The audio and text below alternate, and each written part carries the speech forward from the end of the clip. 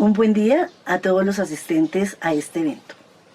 Les cuento que cuando estaba releyendo la carta número 9 de Paulo Freire, pensé en mi maestro Falborda y quise elaborar una relación entre ellos dos, dado que los dos se han constituido en un referente fundamental del pensamiento latinoamericano.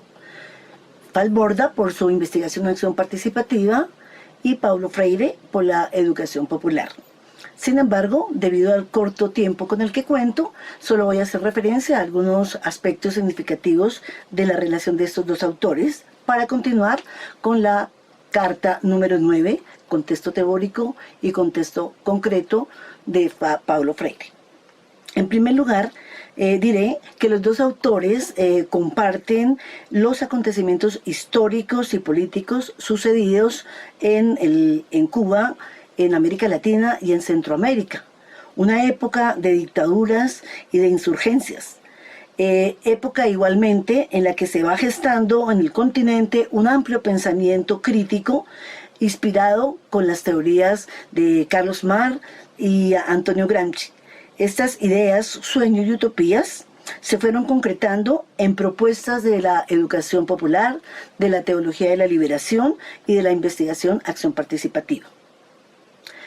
La teoría crítica es una respuesta a las diferentes situaciones de resistencia ante el patriarcalismo, el colonialismo y el sistema semifeudal capitalista dominante, causantes de las desigualdades, la injusticia, el analfabetismo, las problemáticas agrarias, las violencias y la intolerancia, así como la desesperanza de nuestros pueblos.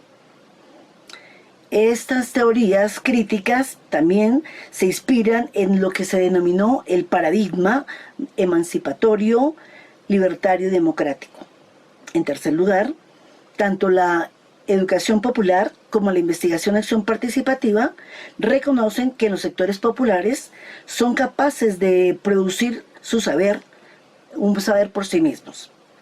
Plantean la relación dialéctica entre el sujeto y el objeto, entre la teoría y la práctica expresada en la praxis, y proponen el diálogo entre el saber popular y el saber académico.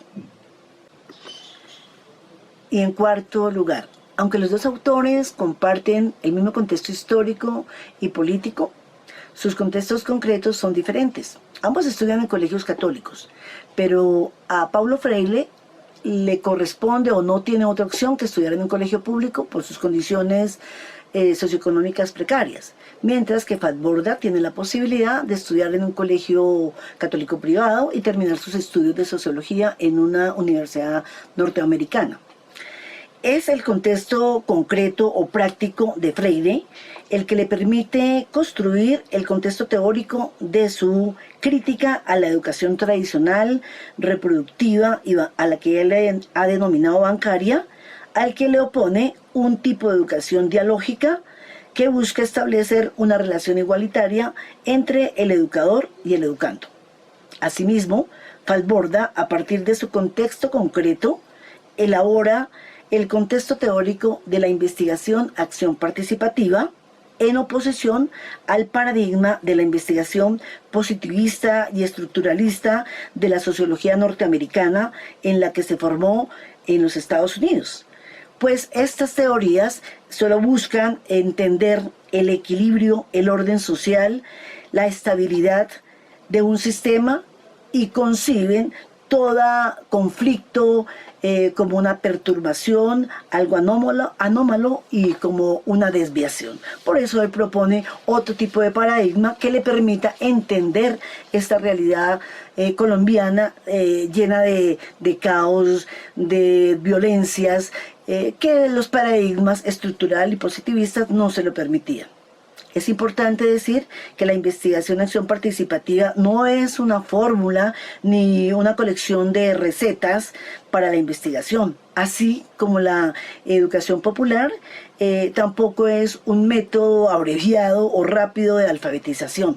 Ante todo, la educación popular es un proceso de concientización de la gente de su condición de vida en determinada sociedad.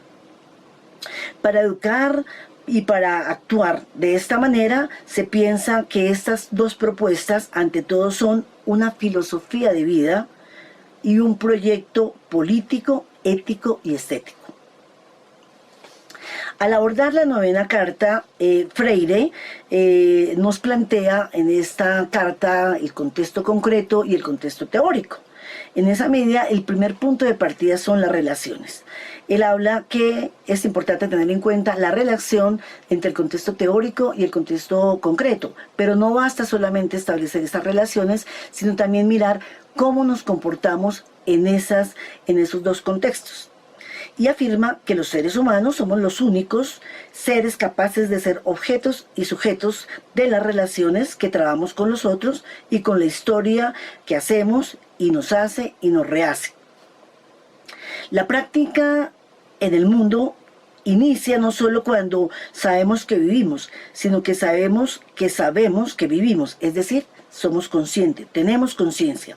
Estamos acostumbrados en la vida cotidiana a hacer determinadas acciones como desayunarnos, salir, tomar el bus, acercarnos a nuestro trabajo, a nuestro estudio, y sabemos que lo hacemos, pero lo que no sabemos es por qué lo hacemos. Eso es lo que él nos dice, que no tenemos y no activamos una actitud epistémica o epistemológica sobre nuestro quehacer. Y esa es una debilidad que tenemos muchos maestros.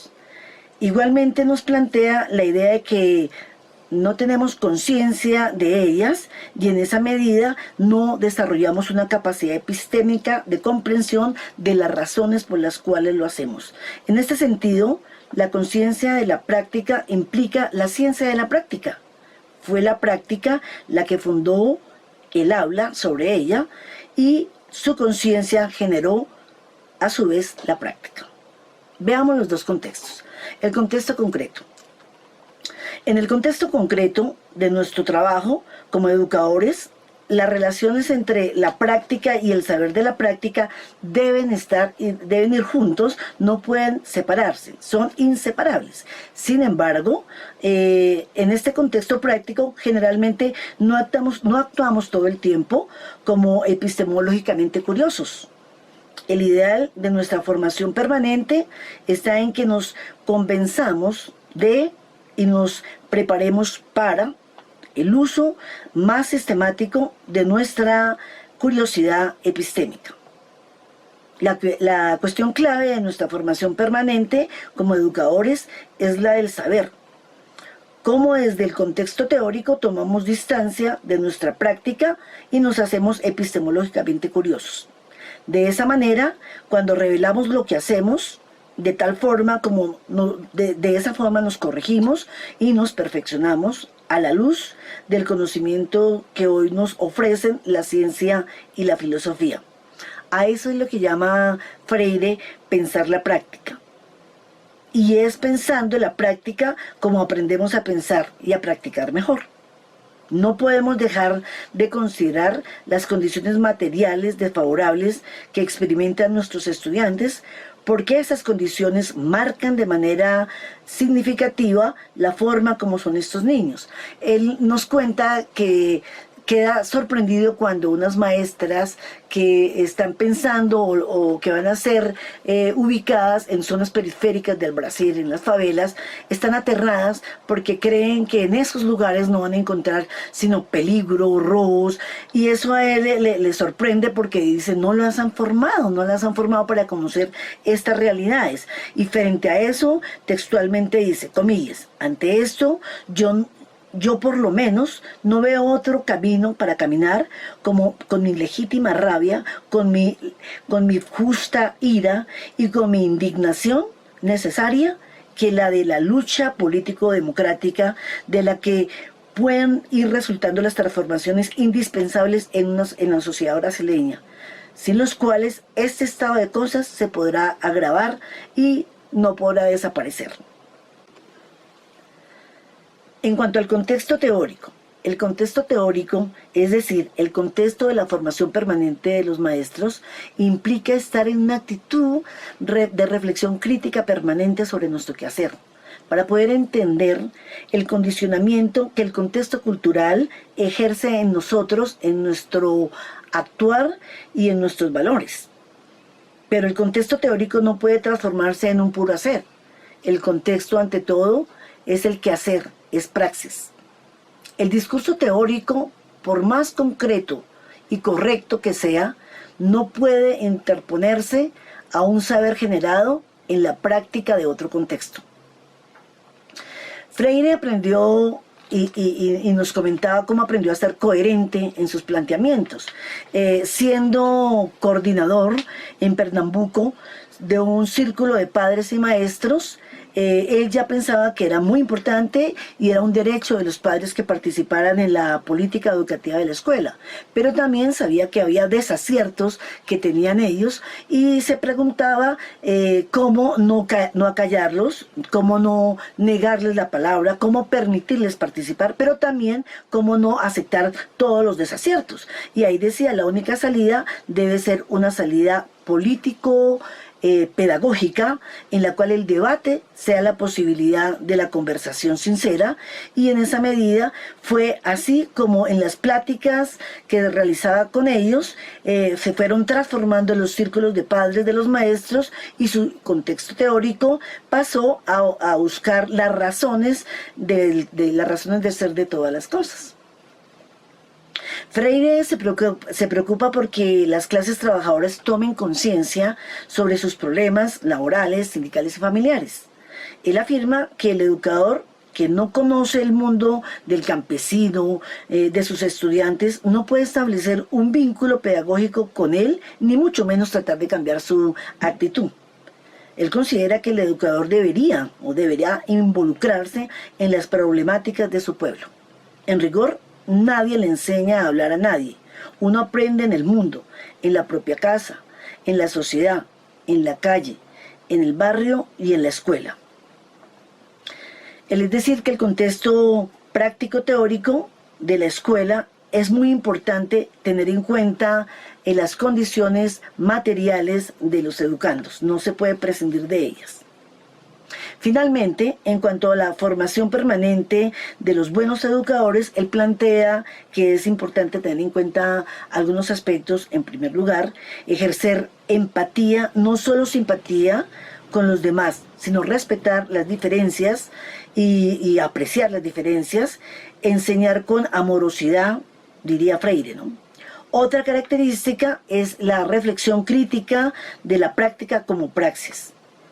Asimismo, estar en disposición de desarrollar un trabajo colectivo para realizarse como verdaderos contextos teóricos mediante las cualidades de liderazgo democrático, de ser curiosos, humildes y científicamente competentes.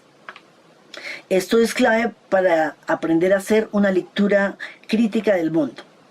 Y en tercer lugar, él plantea que en la formación de los grupos, de las comunidades, de las organizaciones, es clave el tema de la identidad. Sabremos la historia y tendremos memoria de nuestras instituciones. ¿Qué conocimiento tenemos de esa historia?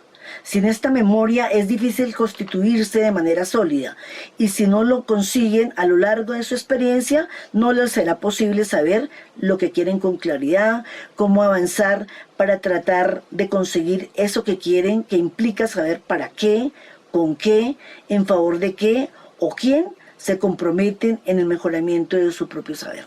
Y finalmente diré que Freire concibe la educación como una acción política capaz de liberar a los oprimidos. La liberación solo es posible si la transformación del ser se da, y se da la transformación de la conciencia de los oprimidos.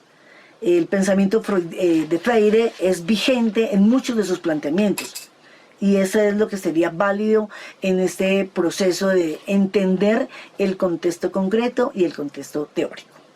Gracias.